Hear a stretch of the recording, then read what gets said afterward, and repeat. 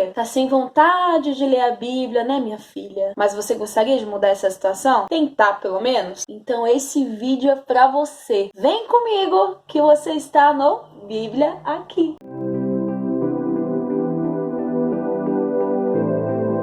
Gente, mas antes de dar dica, eu preciso fazer duas perguntas e gostaria que você pensasse. Primeira pergunta: por que você acha que está sem vontade de ler a Bíblia? Sabendo o motivo, você vai poder trabalhar em cima daquilo, entende? Vamos supor, por exemplo, que o motivo que você acha que não consegue ler a Bíblia é por causa da sua rotina. Você vive correndo, muita coisa para fazer, vai para lá e vai para cá, e quando para, você não consegue ter assim um tempo para meditar, acaba ficando ansioso, enfim. Entende que agora você tem um foco para poder trabalhar em cima? Mas veja bem, pense bem pensadinho mesmo, porque se quando você tem tempo, por exemplo, no final de semana, e ainda assim você não tem vontade de ler a Bíblia, então, meu amigo, sinto lhe dizer, mas o seu problema não é a rotina. A segunda pergunta é: por que você quer ler a Bíblia? Como assim, Thaís? Porque eu quero ler a Bíblia, querida? Porque eu sirvo a Deus, porque eu sou crente, tem que ler? Tem. Mas será que ter que ler é uma motivação para ler? Acho que não, né? Porque senão a gente já não tinha esse problema. Já estava resolvido. Tem que ler,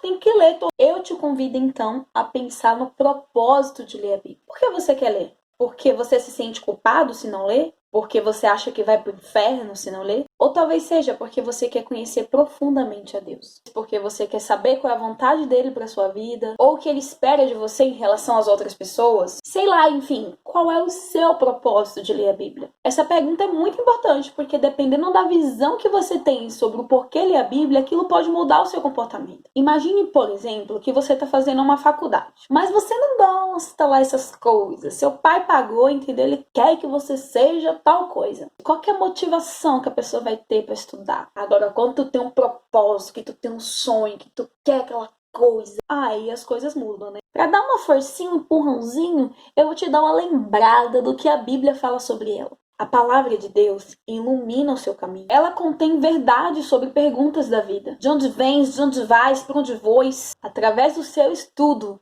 você pode se tornar uma pessoa sábia. Ela corrige, ela repreende, ela educa. Encontramos nela o caminho para a vida eterna. E para mim, uma das coisas mais importantes é que ela revela o caráter de Deus, o caráter de Jesus. Eu aprendo o que ele é não pelo que as pessoas dizem ou pelo que os seus seguidores fazem. Eu aprendo pelo que está escrito. Diga aí, gente, se esse livro não é especial. Bom, mas e aí? Já sabe se quer ler e por que quer ler? Então agora sim você está preparado para ir as dicas. Primeira coisa, dê o primeiro passo. Mudança exige movimento. Se você não se movimentar, você não vai conseguir ler a Bíblia. A gente nem precisa se aprofundar para entender que temos duas naturezas em nós. A natureza que quer ir para a vida, que quer trabalhar, que quer comer comida saudável, fazer atividade física. E a natureza da preguicinha, a natureza de que quer comer gordura. Se é assim com as coisas do dia a dia, imagina com as coisas espirituais. Temos de fato em nós essa natureza. Alguns chamam de lado bom, lado mal, pulsão de vida, pulsão de morte, autopreservação, autodestruição. Paulo resumiu na seguinte frase: o bem que eu quero eu não faço, mas o mal que eu quero, opa, esse eu faço. Ele fala que isso acontece porque o pecado habita em nós. Então, meus amigos, nessa luta a gente vai precisar se movimentar. A segunda dica é: fale para Deus sobre isso. Deus, ele conhece você, minha querida. Quantos fios de cabelo você tem na cabeça, ele sabe. E olha que não é fácil contar não, hein? Ó, e as ponta dupla, como é que faz? É 2 ou é 1? Sabe o que eu acho lindo, lindo, lindo? É que a Bíblia é o livro em que o autor está sempre disponível para te ouvir. Então, minha irmã, abra teu coração ao Senhor. Seja sincero, diga para ele: Deus, eu não tô querendo ler, mas eu tô a fim de mudar isso. Se você realmente quiser mudar, quiser fazer a sua parte, Deus, ele vai te ajudar. Apesar dessa nossa natureza, Deus reprova a justificativa de eu sou pecador, então, pelo contrário, ele nos incentiva a guerrear, ele nos incentiva a buscar a santidade, a buscar o auxílio dele. Dica número 3, mude o seu ambiente. Gente, não dá para ficar focando toda a energia na gente também. Se o ambiente não for facilitador para você conseguir se conectar com Deus, aí vai complicar. Eu lembro que lá em Salvador eu costumava ler a Bíblia sempre no mesmo horário de manhã. Só que o meu problema, um pequeno problema, é que meu pai tinha uma discoteca em casa. Agora você imagina o tamanho da caixa de som que não era. E aí, de manhã cedo, meu pai já tocava o som. Os vidros?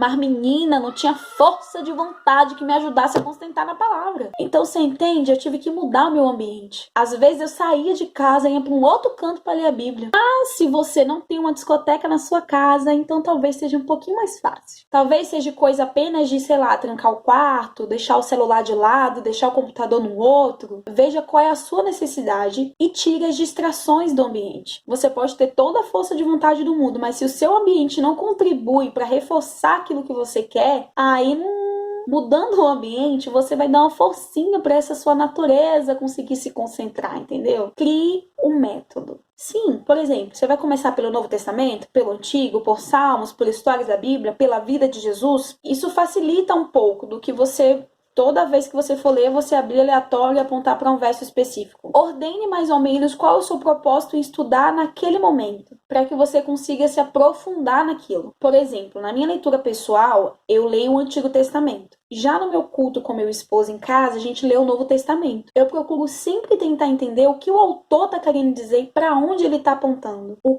que ele está querendo me dizer sobre Deus e sobre Jesus. Só depois é que eu penso o que aquelas lições podem ajudar na minha vida. O que pode melhorar os meus relacionamentos com as pessoas, o meu relacionamento com Deus, comigo mesma. Depois de compreender o texto, de estudar, é a hora que nós somos chamados a pôr em prática. A Bíblia é um livro para se ler, para ouvir e para praticar. Em Mateus capítulo 7, versículo 26, a palavra diz que quem ouve, mas não pratica, é como um insensato. Uma outra coisa sobre a minha leitura da Bíblia é que eu não saio daquele capítulo enquanto eu não compreendi ele. Às vezes tem uma palavra ali que eu vou ver qual é o significado. Às vezes eu coloco uma interrogaçãozinha naquilo para depois encontrar a resposta. Na maior parte das vezes a própria Bíblia responde. Uma outra coisa ainda sobre a minha leitura é que quando eu vou ler, eu tento ao máximo deixar minha mente livre para o Espírito guiar e ler a Bíblia como ela é. Se, por exemplo, na minha religião diz que a planta é verde, e eu creio que a planta é verde, mas eu vou ler na Bíblia e diz que a planta é amarela, eu levanto uma interrogação e vou tentar entender qual é realmente a cor da planta. E assim é o estudo da Bíblia. Você vai cavucando, vai procurando, vai desvendando, desbravando para encontrar respostas, para compreender ela tal como é. E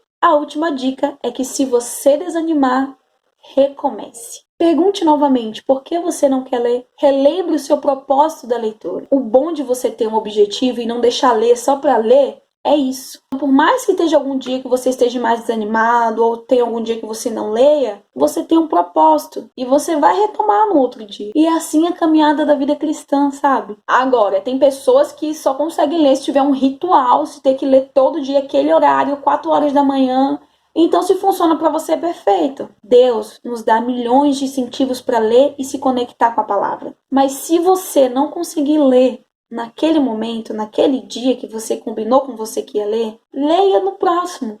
Só não desista. Meu desejo para você é que você se apaixone pelo Evangelho. Que a leitura da palavra possa ser algo leve, que você tenha um propósito de ler porque você ama a palavra, porque você ama Deus. Pode ser que no começo você tenha mais dificuldade de ler espontaneamente, sabe? Que realmente precise seguir os passos. Mas conforme você for se conectando com a palavra, com o propósito da leitura, você vai ver que dali um tempinho as coisas vão surgir naturalmente para você. Vai ter altos, vai ter baixos, vai sim. Mas não perca o seu objetivo. Que Deus abençoe a sua vida e que você seja transformado pela palavra.